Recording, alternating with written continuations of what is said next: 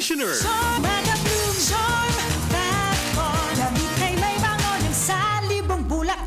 Charm Fabric Conditioner with Stay Fresh technology. Damit ay ka-bloom sa bango. Charm Fat-On, bangong kumaka-bloom. Charm Fat-On, damit ay may bango ng sandibong bulaklak. Charm Fabric Conditioner. Manufactured by ACS Manufacturing Corporation. ISO certified. World-class quality. ACS. Lumipas at magbago ang panahon. Iisa at nakatatak ang kauna-unahang himpilan sa paghahatid ng serbisyo publiko at balita.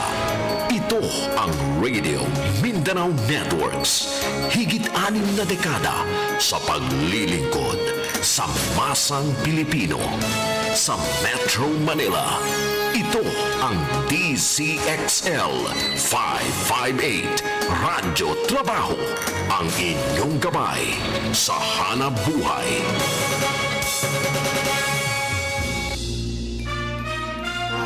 Malaki man o sa maliit na paraan, pwede kang maging bayani sa sarili mong kakayahan. Kwentong Bayani. Tunghayan ang mga storya ng bawat individual at organisasyon na siyang magbibigay ng inspirasyon sa mga komunidad, lipunan at sa bawat mamamayan. Kwentong Bayani. Kwentong Bayani. Kasama si Jojo Armenta at Radyoman Jenny Pahilanga sa Kwentong Bayani. Dito sa DZXL 558 Radyo Trabaho tuwing Sabado alas 10 hanggang alas 11 ng umaga at sa Facebook page ng RMN DZXL 558 Manila. Kwentong Bayani. Kwentong Bayani. Hatid ng Benita at Catalino Ya Foundation at ng RMN Networks.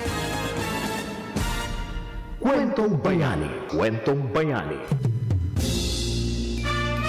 Magandang umaga po sa inyong lahat ng Sabado, July 16 na po tayo, 2022.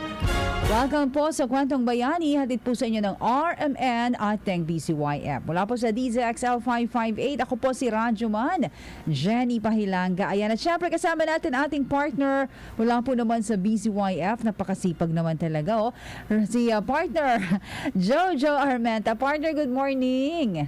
Good morning! Good morning po sa ating lahat. Magandang Sabado po sa ating mga viewers and listeners dito sa ating episode ng Kwentong Bayani. Kalahati na ng July, partner Jenny. Oo, at nagpagupit ka. Yes. Yes, new hair. Ayan. Oo nga, kalain mo yun, kalahating, sabi mo nga, sa kalahatian na tayo ng Hulyo, hindi ba? July. Ang bilis. Yes, ako napakabilis ng panahon. Binalikan ko nga, partner Jenny, ang ating episode exactly last year. Nagpagupit din ako nung month na ito. Ba, akalain mo? Talagang, isang taon na. Nagkataon ba yan? Hindi ko alam. Trend lang. Nagkataon na yan. Ako, I'm sure excited na ang ating mga listeners do kasi this month we're talking about social entrepreneurship. Partner Jenny, kasi BCYF is celebrating the Philippine Social Enterprise Month. The Social Enterprise Month. And mamaya may announcement ka rin because dapat may guest din tayong sa awardings ng BCYF next week. Dapat, but it was postponed because of some internal we're moving the awards night on next Friday na. Next Friday. Sige, abangan natin yan. Excited tayo yan sa mga winner, no? Nung, event Pusong na yan. Pinoy Awards. Pusong Pinoy Award. Mm-hmm. Yes, at excited din ako ngayong umaga dahil makakasama natin, hindi na siya bago sa BCYF. He's actually always been being invited with a lot of events. And ngayon, na-excite ako dahil I'm sure marami siyang mabibigay na insights and masashare na story sa atin ngayong umaga. Ayan, kaya tutok na kayo bago ipakilala ni partner Jojo, tutok lamang ho sa aming Facebook page, RMN DZXL 558 Manila. Paki-like and share nyo na po yan at sa aming YouTube channel, DZXL 558. Okay. Yes. Alright, simulan natin, partner Jenny. Go ahead. Okay. Our guest for this morning is a social entrepreneur, a Thai national, Actually, his parents migrated to the Philippines when he was 5. And growing up in the Philippines, his life journey has exposed him to different fields of work, from high fashion to farming and eventually real estate. So these diverse experiences showed him great social insights and taught him to think outside the box in dealing with complexities, which lead him to Project City Hub, a social enterprise that converts old shipping containers into living spaces for low-income workers. Wow. And now, he is actually embarking on a new social enterprise. I'm excited to hear about this as well, no? The Family Tree Project. Our guest for this morning, the founder of City Hub Project, Mr. Panya Bunsirito. Good morning, Panya. Good morning. Good morning, Jojo. Nice to see you again. Nice And to good see you morning, again. Myra. Yan, Jenny po. Ayan, Panya. Good morning. Sorry, Jenny. Jenny. Ang dami nagkakamali, girl, sa pangalan mo. Oo nga, akala. Ayan, anyway, sir, ano bang, Panya na lang ang tawag natin. Good morning po. How are you Yes. today, sir? I'm great. I'm happy to be here and to share my story, my journey of my social entrepreneurship. Yan. Sige, umpisahan natin. Partner, umpisahan ko na ang tanong, ano? So, Sure. ito palagi namin tinatanong to. Gusto namin, una-una, ito muna yung malaman namin. Ano po, Sir Panya, ang inyong personal advocacy? At eto, paano kayo naging bahagi o na-involve po dito sa BCYF, sir? Yes. Well, I have a couple of advocacies. One is, yun nga, for affordable housing. I also have an advocacy for empowerment for persons with disability, and also for environmental awareness. So these are things that I have projects currently involved with. Now, regarding BCYF, this was a couple of years ago. I was invited, or I was nominated as one of the BCYF awardees. Wow. Unfortunately, I was not the winner, but But you're still a winner, Panya. Oo. Natatawa na siya. Okay. So, ang ganda ng advocacy niya, partner, no, ni Sir Panya, na mabigyan ng tahanan, ano? Ayan, Yeah. bahay. Oo. Teka muna, saan po nagsimula yon? May pinaguhugutan ba tayo, Sir Panya? Anong inspirasyon yan? yung Project City Hub, na-start namin to noong 2011. So it's already been about a decade. Initially, I used to work for a construction company, a real estate development company. Tapos one day, they asked me to lead as a CSR project for the company. You know, they want to also have some kind of social projects to give back to community. So doon ako nakaisip na, kasi yung company namin where I used to work for, we build mga condominiums, traditional condominiums made out of concrete. And then we normally locate this near universities or mga BPOs, so to cater to university students or young professionals. So when they decided na, why don't we come up with a CSR, sabi namin, sige, since this is our line of business, let's still provide housing. But this time, let's provide it for the CD market, the low-income workers. Yun. So dito kami ngayon na nagsimula. How do we now come up with a structure so affordable na pwede natin mapa-lease out ng murang-mura? Yes. So dito na dumating yung research namin with using itong mga lumang shipping containers. Oh, di ba? Amazing. Kung napapansin mo yan, alam mo yung partner, pag nakakadaan ka sa mga lugar na para siyang shipping container, tapos dormitory yung loob nun. Oo. Kinapan niya yun. Wow. Sana Oo, nakakatawa. Nakakatawa talaga. Parang ang sarap ma-experience yung ganun, no? So, Panya, I've heard your story. It's a familiar story with me kasi nga I was part of the BCYF before. Ngayon, we want to share the story to the listeners and viewers. How did you become a social entrepreneur? What was the turning point? You know, actually that was the turning point. The project I was doing, Project City Hub. That time, 2011, when I used to be in corporate also, and in 2011, when I started the Project City Hub, that's when slowly I realized the value of not only putting up a business for money, but putting up a business for service. Right. So, about 5 years into the project, that was on my 40th birthday. So I was telling myself, okay, I have two choices now moving forward. Do I now want to stay corporate, or do I want to proceed with this new social enterprise, proceed with Project City Hub? So then that's when I said at that time, if I choose corporate, it's too late to, ano na, I'm 40 already, so I have to go full out corporate na. Or if I want to follow my passion, my mission, then I decided to do that. I went with Project City Hub. Right. Yun, galing. Oo. May follow-up question ako, no, Oo, partner sige, Jenny. partner. Go ahead. I know how hard it is to change from being in corporate to being a social entrepreneur. What, parang, kumbaga, ano yung thought process mo in moving really towards social entrepreneur, being a social entrepreneur, coming from a corporate setup?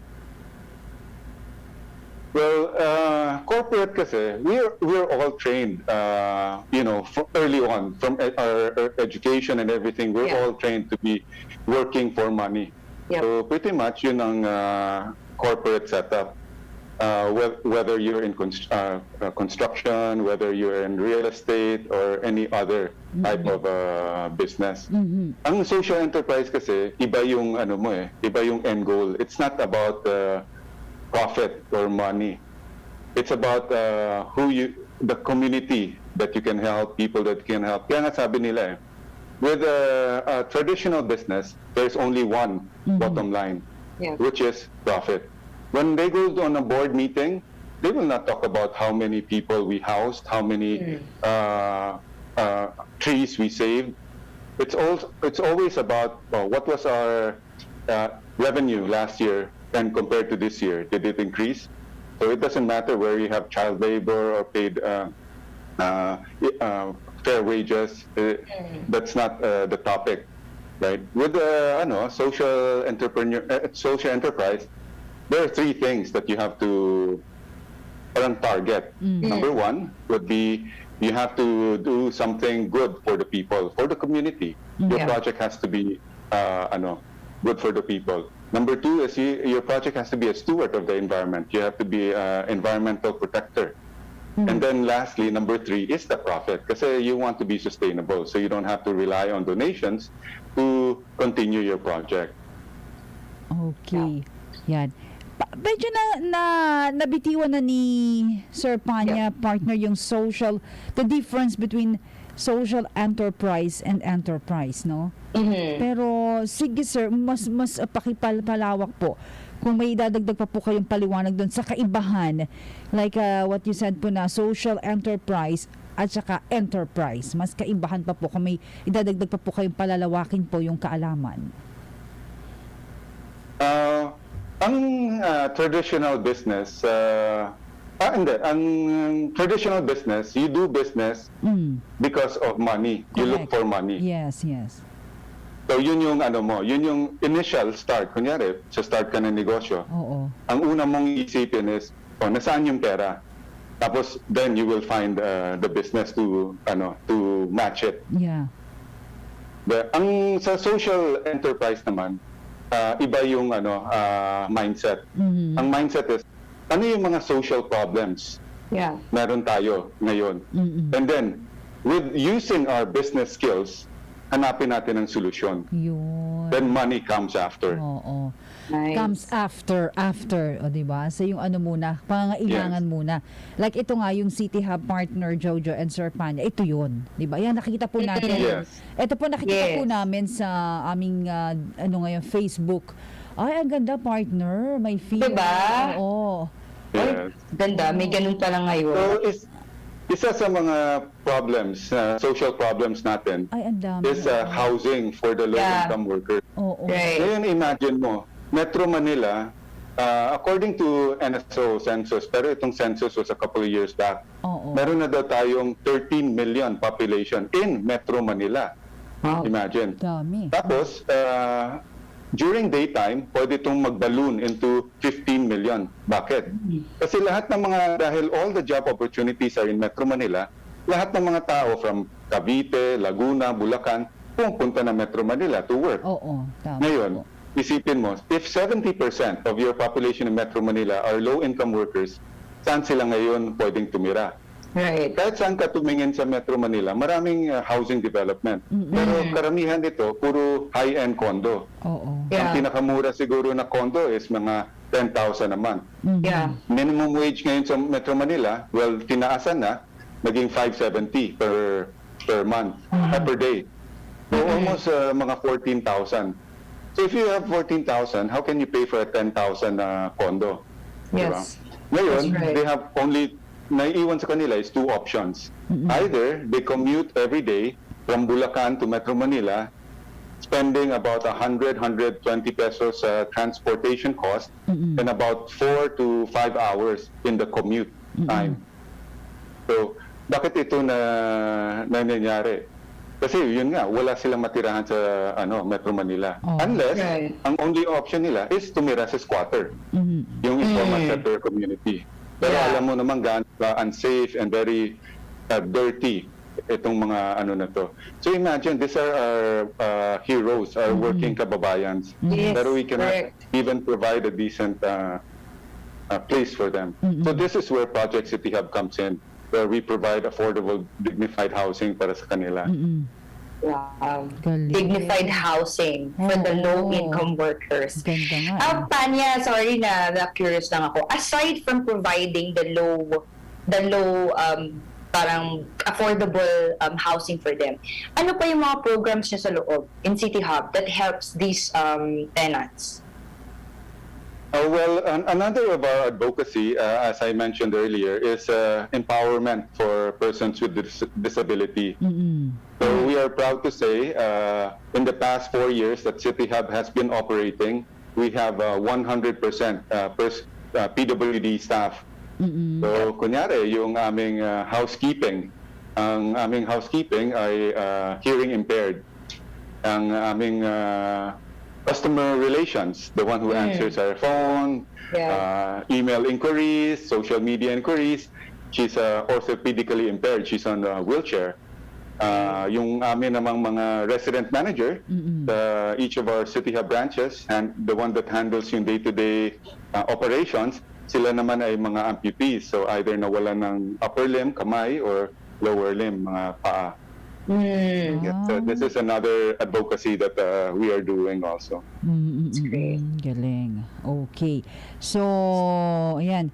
Partner, siguro, tanong ko na rin sa inyo po, Sir Panya, no?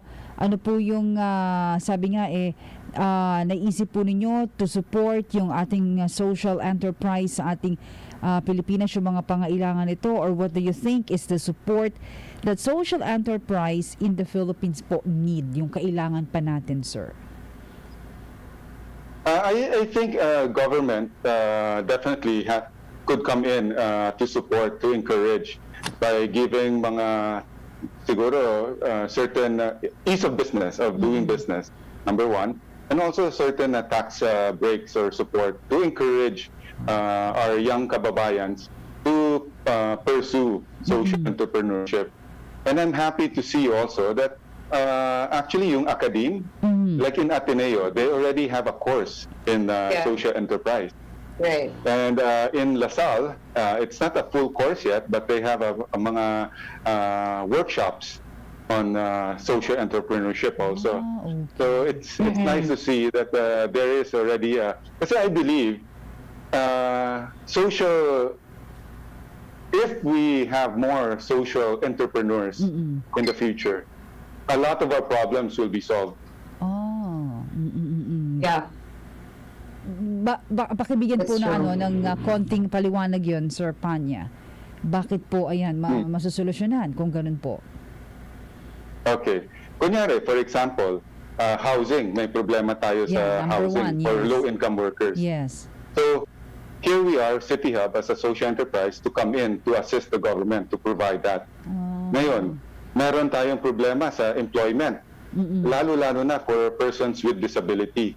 Kasi kung ikaw nga ay isang able-bodied na may diploma, may hirapan pa nga tayong maghanap ng trabaho. Paano pa yung mga persons with disability?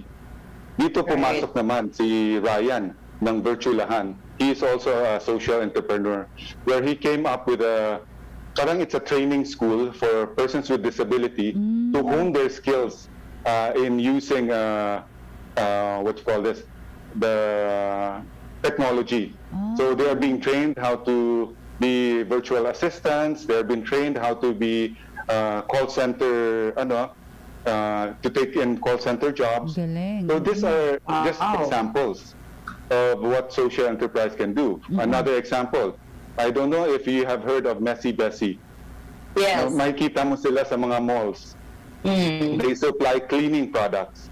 Do you know Messy Bessie is also another social enterprise? Ang kanila namang advocacy is providing education to mga street kids. Yeah. So, yung office nila or yung manufacturing factory nila are all run by street kids. And then a portion of their day will be spent doing the work, and a portion of their day is also for schooling. So they pay for their own schooling. Nice. So these are just some examples of it. Yeah. Right. Kaya alam ko So- na pala, partner, yung kaibahan ng social enterprise sa enterprise. Diba? Yes, yung minention Yes. niya kanina na Oo. social enterprises really put solution to those social problems. That's Correct. parang the shortest meaning of social enterprise, Yes. diba, Kanya? That's why it's very important to recognize and acknowledge these efforts, no? Para other people can be inspired to do the same, and also to duplicate or multiply in doing social enterprises. Kasi it gives solution to these social problems that we have dito sa society natin. Oo. Yeah. At saka sabi nga, after ang kikitain mo after pa, 'di ba? Hindi ka muna dun nakafocus, Sir Panya, partner Jojo, sa medyo may kikitain, pero yung mo na is yung social responsibility mo. Tama? Ayun. Oo. Yes, Yes, targeting the that's good. communities. Oo. Ma-segue ko dyan, no? Ano naman, Tanya, yung mga challenges? Ito, maganda pag-usapan. Ano yung mga challenges ng pagpuput up ng isang social enterprise or being a social entrepreneur? Pero- What are the Oo, challenges? pero bago sagutin ni Sir Panya mga challenges na yan, partner. Sir Panya, inom ka muna ng tubig. Kaya mo na magbibigay ng ilang paalaala bago yung aalis mga kasama. Pabalikan natin si Sir Panya, ating special guest for this morning. Partner, magbabalik tayo makalipas ang ilang paalaala dito lamang sa programang Kwentong Bayani. Cellphone Plus Gold. Pa-check up ako sa doktor. May nakitang bukol sa abdo ko. Ooperahan daw ako. May nagsabi sa akin na itry ko daw yung Santon Plus Gold. 3 beses isang araw ako uminom sa loob ng 2 buwan. Natunaw na ang bukol sa abdo ko. Cellphone Plus Gold. Mas pinalakas, pinagaling, pinahusay, maibig sa mga tulikan. Sa labas, dapat doble proteksyon, mask at face shield. Sa loob ng bahay, double protection pa rin. Everest, ang aircon namin. May healthy air filter at UVC sterilizer. Kaya double protection. Everest Aircon Breathe Series with breakthrough UVC sterilizer. Deep cleanses, sanitizes air from viruses, germs, bacteria. Everest Aircon Breathe Series. Safe, clean, healthy air for the family. Kaya mag-Everest Aircon na kayo. Everest Aircon Breathe Series gives you double protection with healthy air filter and breakthrough built-in UVC sterilizer. Safe, clean, healthy air for the family. Available in all leading appliance centers nationwide. Ang buhay ay masaya pag ang hugasin ay easy, lalo na sa masebong kaldero at kawali. Kaya mag-Smart Dishwashing Paste, pang heavy-duty hugasin. Ang galing, galing, galing. Smart! Yan ang Smart Dishwashing. May double tanggaling formula, tanggal galingan sebo at bakterya. Kaya ang Smart #1 Dishwashing Paste. Ang galing, galing, galing. Smart! Smart Dishwashing Paste. Manufactured by ACS Manufacturing. ISO certified. World-class quality.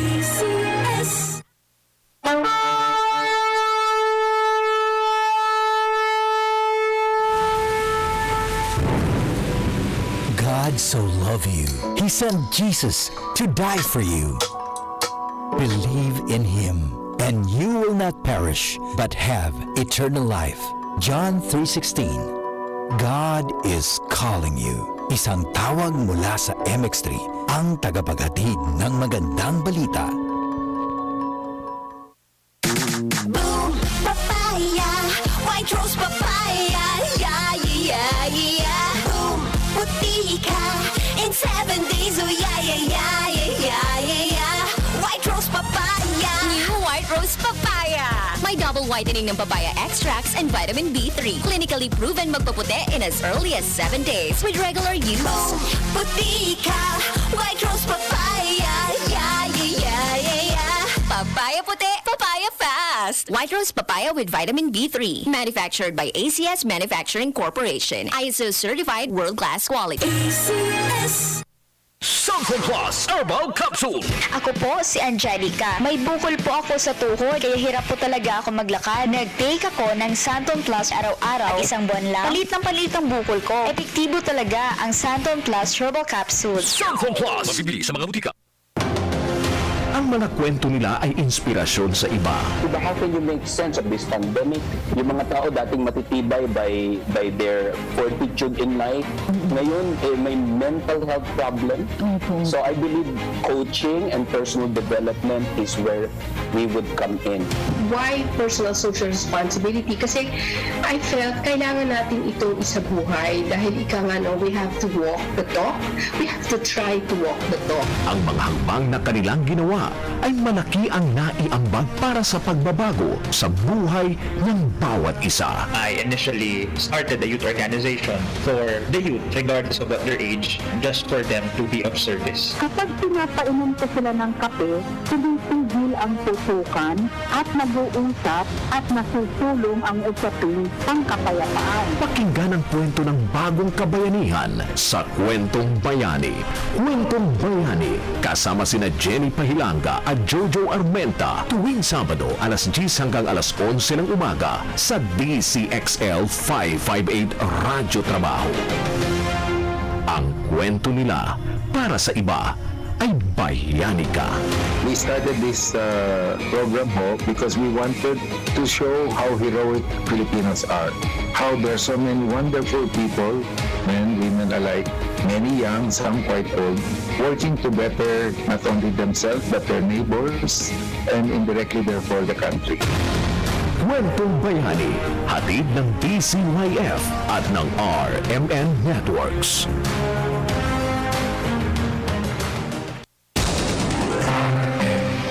Sa Metro Manila, DZXL. Radyo Trabaho. DZXL. Ang tunay na gabay sa hanap buhay.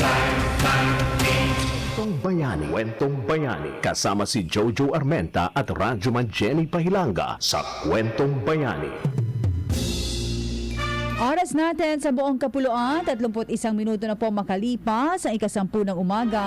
Tuloy-tuloy po tayo, Kwentong Bayani hatid sa inyo ng RMN at DCYF partner. Tuloy naman tayo sa iyong kaninang hanging question kay Sir Panya.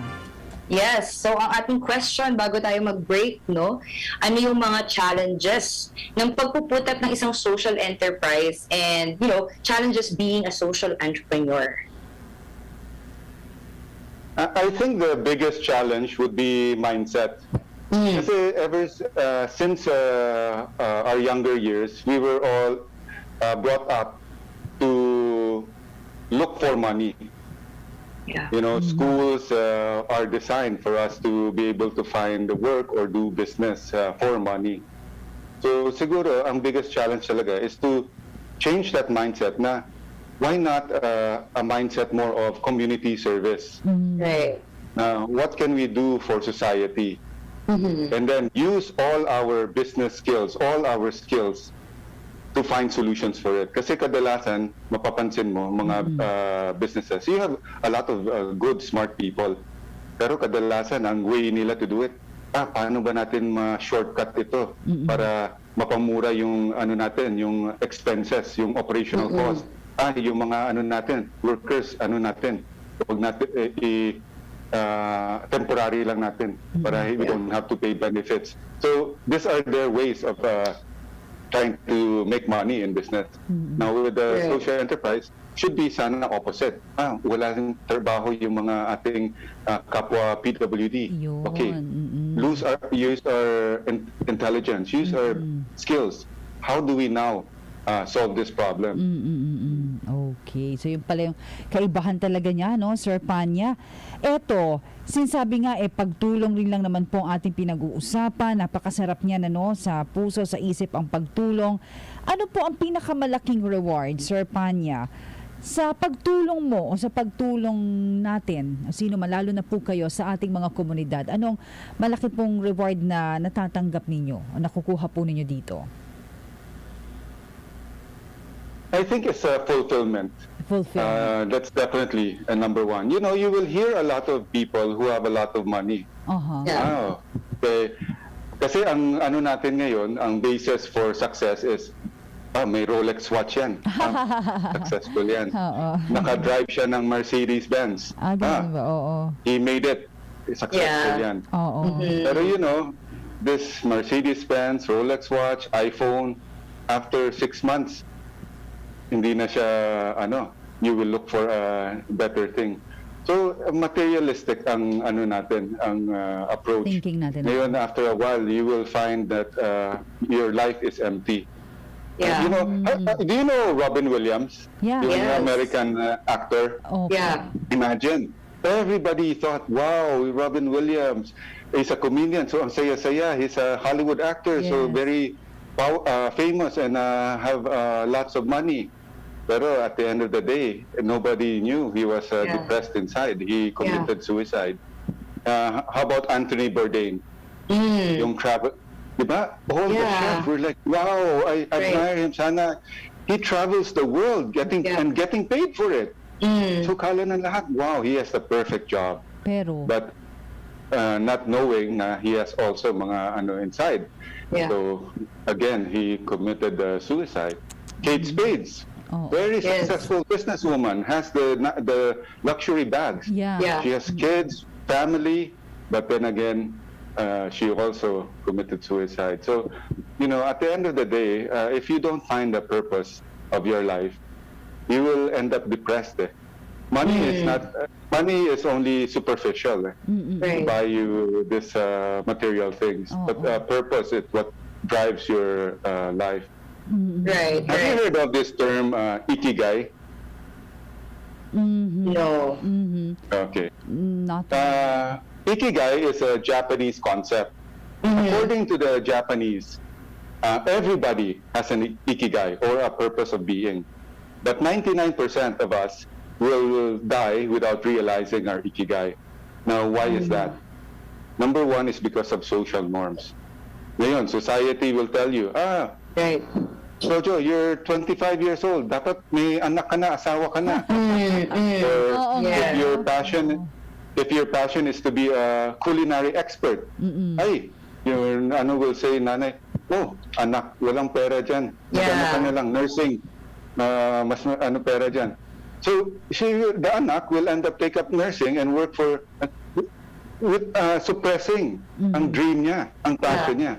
So, day by day, she wakes up, palayo ng palayo sa dream niya. What will make that person? Diba? Yeah. Right. So, sa ikigai daw, you have to balance 4 things. Number 1, what is your passion?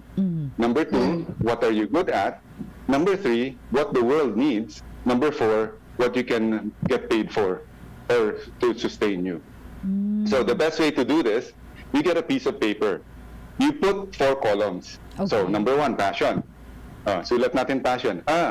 I like public speaking.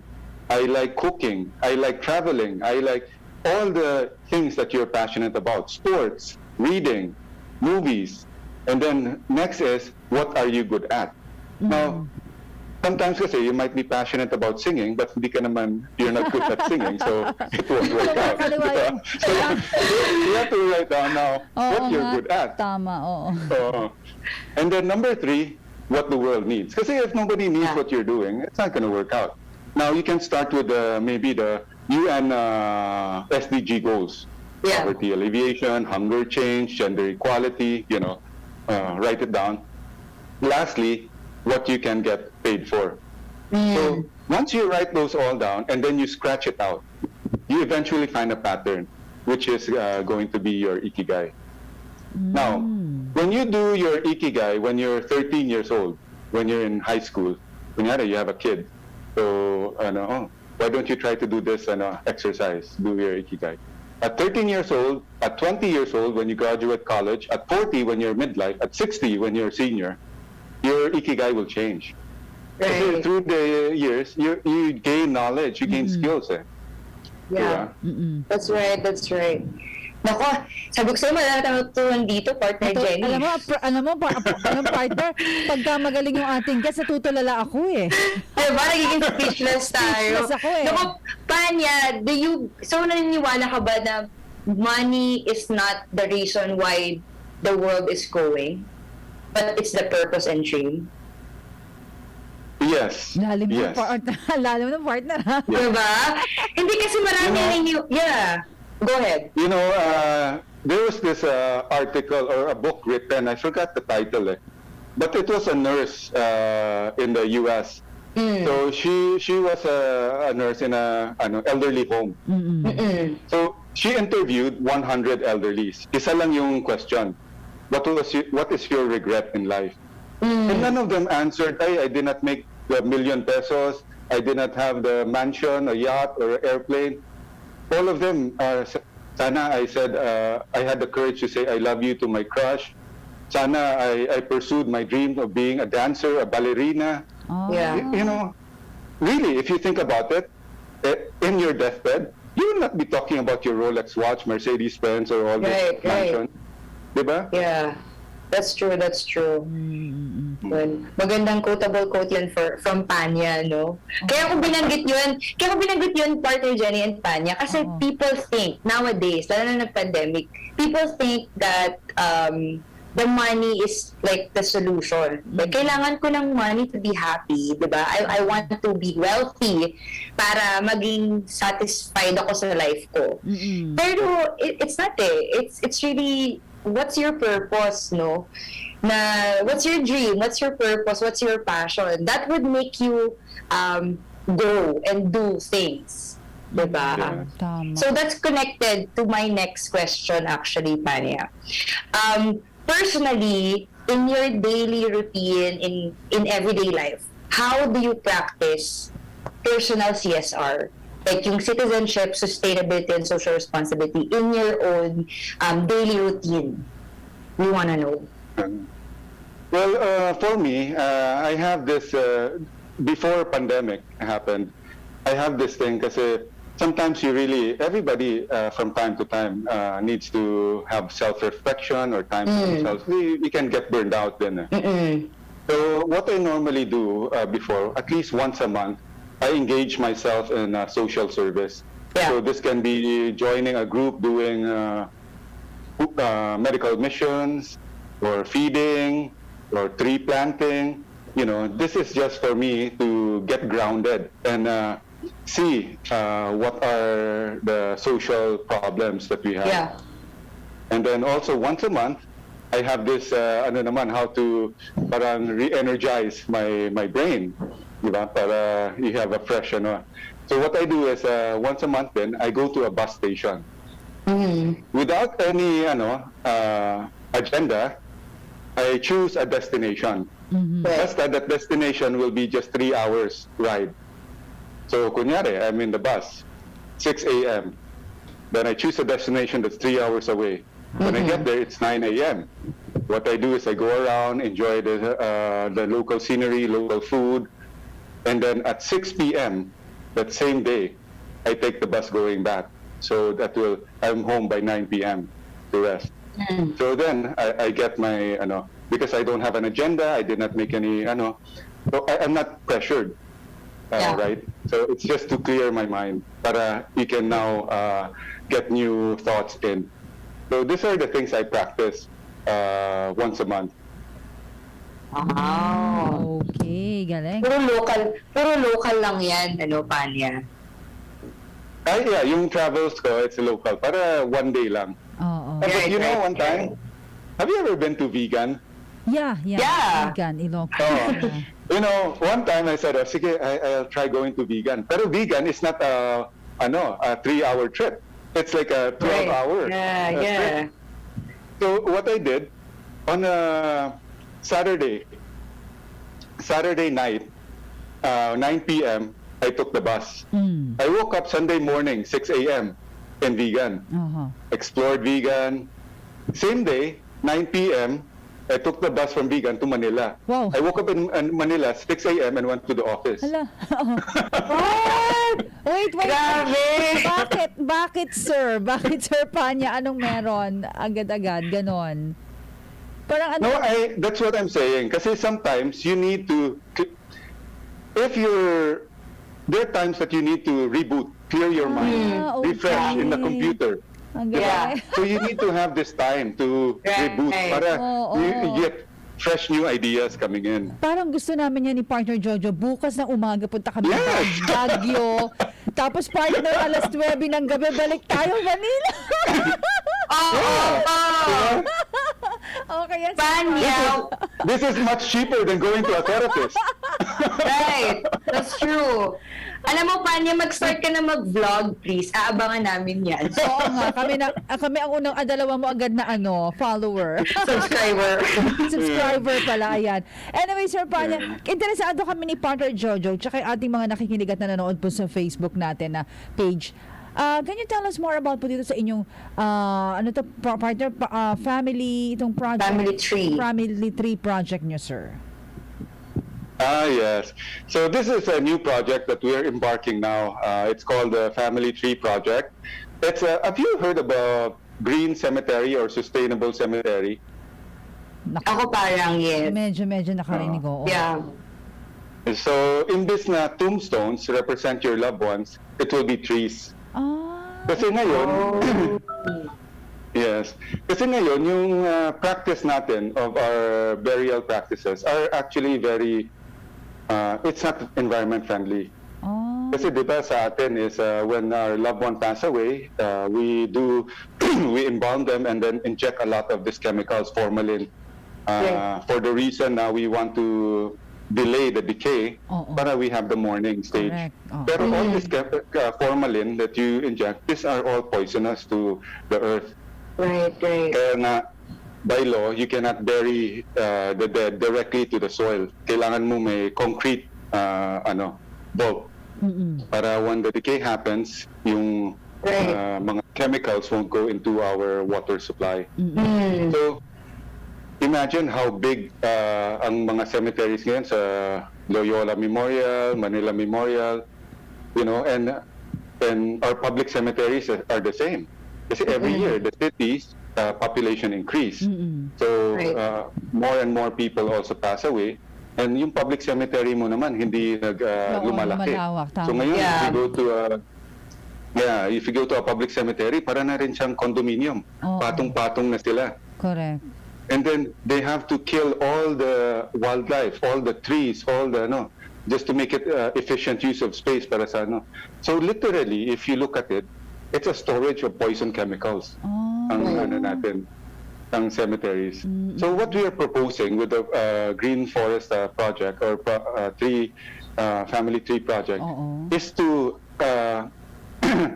look into a new way we practice our burial. This can solve two things pa nga for the city. Number one, it can solve the congestion problems in cities. Number two, it can solve the need for open spaces in cities. Ngayon, if you go to any, like for example, Makati na lang, the only open space you have in Makati is the Ayala Triangle Gardens. Ngayon, lumiit pa siya kasi they are now building the new Mandarin Hotel or the Mandarin building. Yes. So eventually, it will all disappear. Kasi there is no money in parks. There's no money in open spaces. Totoo yun. Now, how do we now monetize green spaces so that we can preserve them? You know, if you don't find a way, solution to how to monetize green spaces, magiging subdivision yan. Magiging mall yan. Magiging so, mauubusan tayo ng green space. So, this is one way that we saw as a solution of how to monetize green spaces for its preservation. Now, the concept of the family tree is the ashes of your loved ones will be placed inside a biodegradable urn. Tapos, you will plant a seed, a tree. So, the tree will grow. And then, this one, that's why it's called the family tree. Kasi 10 generations down, 20 generations down, the ashes of your family will be buried around the tree. Imagine how beautiful that is. Yeah. Tapos pag nakita mo yung tree na yun, that's my mom. That's my aunt, diba? It will represent your brother, whoever loved one, diba? Okay. Yeah. That's true. We're now pushing for this project. Hopefully, we already found the property. It's in Rosario, Batangas. And we're targeting, we're targeting November 1. Hopefully, we can launch it. Oh, yeah. November For the 1 of this no? year. Naku, dapat makita natin yung partner Jojo, kung ano yung magiging project na yan ni Sir Panyo by November. Abangan namin yan, sir. Ha? Yeah, that's a really good project, Panya. Yeah. Amazing. Sana maging super successful. Ako, personally, I agree with that. Ngayon ko lang nalaman na ang formalin pala is poisonous to the environment talaga. Chemical. A lot of people doesn't know that, actually. So that's why kailangan i-educate yung mga tao. So ito naman, Tanya. Go ahead. What tree do you want to be? Gusto ko ng santol. Santol ako. Ikaw, Tanya. We'll reserve an area for you there. Sir, grabe ka ha? Tree. Oy, natanong mo ako, ikaw, Tanya, what's your tree? Ikaw, sir. Nara. I love the Nara tree. So beautiful with the yellow flowers. Yeah. Feeling ko si Partner Jelly Coconut. Sir, wag ka maglalagay ng puno doon na Sir, wag ka maglalagay ng puno doon na binabahay ng mga maligno, ha? Coconut is a tree of life, partner. Coconut is a tree of life. Yeah, I love it. So, talking about Panya, what would be your, ito ang aming huling question, sa mga aspiring social entrepreneur and who wants to have their social enterprise and help community, what would be your advice? I would say that always get inspired. Yes. Champion a cause and take an active part to be the future builders of our nation. Wow, very great. Natulala tayo, di ba? Wait lang, take note ko no? Parang naglo-loading pa tayo. Oh my God. Yeah, that's really nice. That's really nice, Panya. So, kung meron ka namang mga social media andyan, baka pwede kang i-follow ng ating mga viewers and listeners. Yes, I am on Facebook. My name, Panya Bunsiritum. And the new project, the City Hub project, also has a Facebook page, City Hub Dormitory, and also the new project that we're coming up with, the Family Tree, is also on Facebook. Okay, ayan. Right. Pinalo ka na ni partner Jenny. Friends na kami sa Facebook, partner. Nakapost na yung Instagram ba? Meron ka din, Tanya? No, not on Instagram, mostly on Facebook. Facebook, okay. Aabangan namin ni partner ang iyong vlog. Tanya, seryoso ko, mag-vlog ka. Nakikita ko din.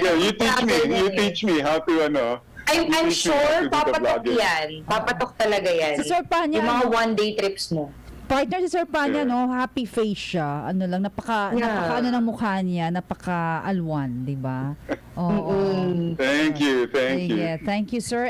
As a partner, sa'yo na. Parting words na lang, sir. Sige po, para sa ating mga nakikinig at nanonood, would you like to say anything po as part of your parting words po? Go ahead, Sir Panya.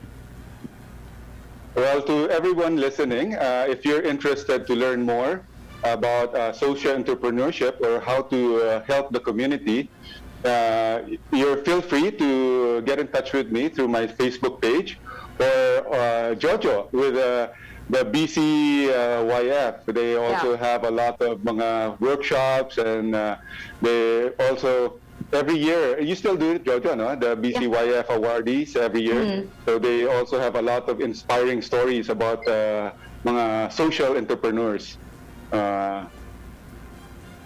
Yes, thank you. Thank you, Thank Sir you so Panya. much, Panya. God Thank bless. you for Thank your you, sir. time. Okay, ayan. Thank you.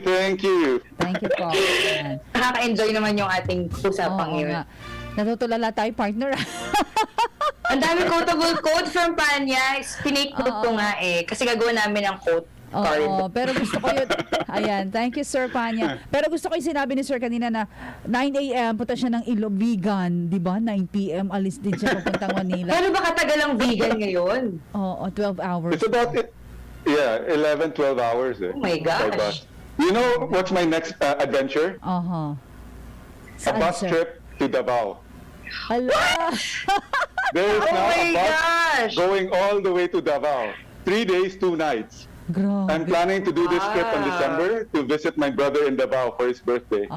Sige, sir. Abangan natin. Oh, wow! Okay. Yan. Kaya abangan natin po ang i-follow niyo na po si Panya sa Facebook and yung kanyang upcoming vlog, no? Marami tayong matututunan dyan. Okay. So yes, thank you so much, Thank Panya, you. for your time. We learned a lot from you. Thank you so much Thank for you, sir. being with us this morning. Thank you. Okay.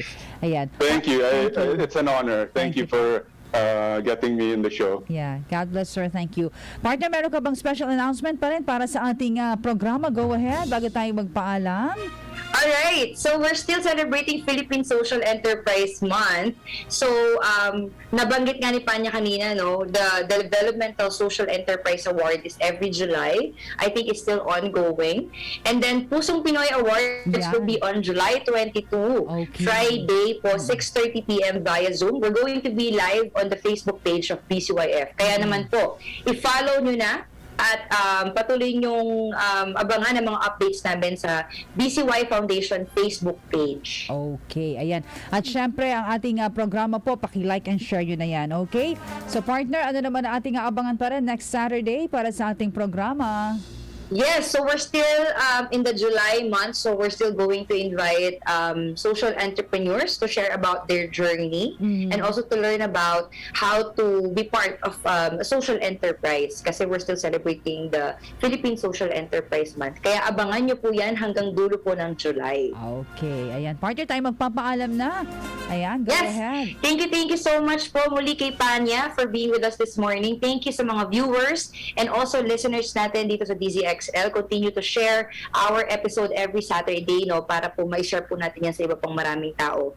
And of course, thank you so much for continuously supporting episode by episode every Saturday ng aming programa ni partner Jenny. Kaya naman po nagpapasalamat ako in behalf of BCYF. Ako po si Jojo Armenta. At wala naman po sa DZXL sa atin po sa RMN, Jenny Pahilanga. Abangan niyo po uli kami ni partner Jojo ang Kwentong Bayani next Saturday. Dito lamang po sa DZXL 558, alas 10 hanggang alas 11 ng umaga. Maraming salamat. Magbabalik po kami next Saturday dito lamang sa programang Kwentong Bayani.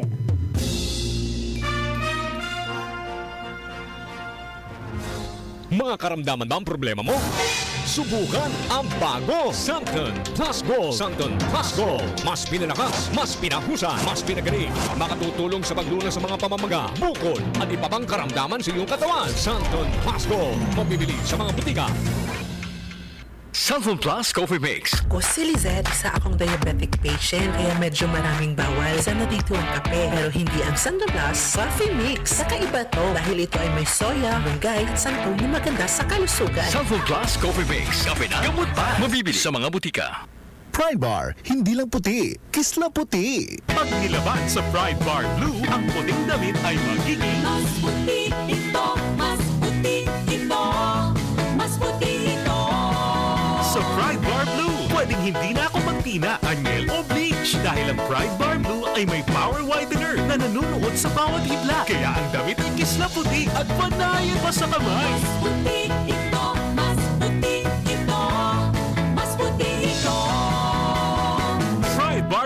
with Power Whitener. Di lang puti, kisla puti. Pride Bar Blue. Manufactured by ACS Manufacturing Corporation. ISO certified. World-class quality. ACS.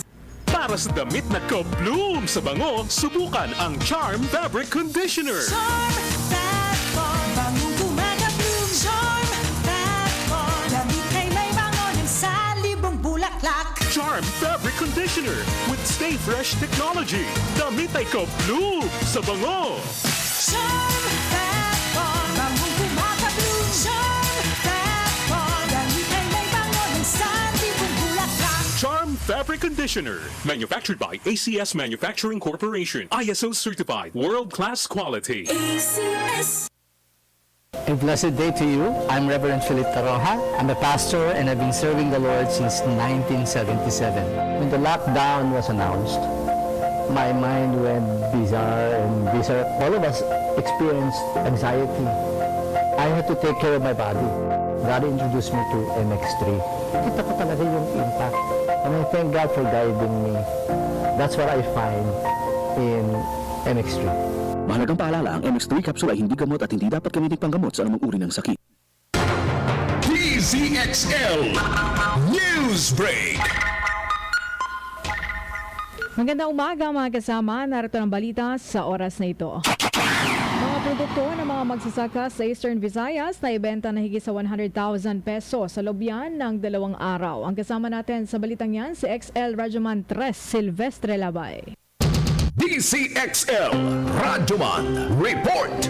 Umaabot na sa 100,000 piso ang benta ng mga produkto ng mga magsasaka mula sa iba't ibang bahagi ng Eastern Visayas mula sa ginanap nga 2 araw na agraryo trade noong pang nakarang linggo sa compound ng Department of Agrarian Reform.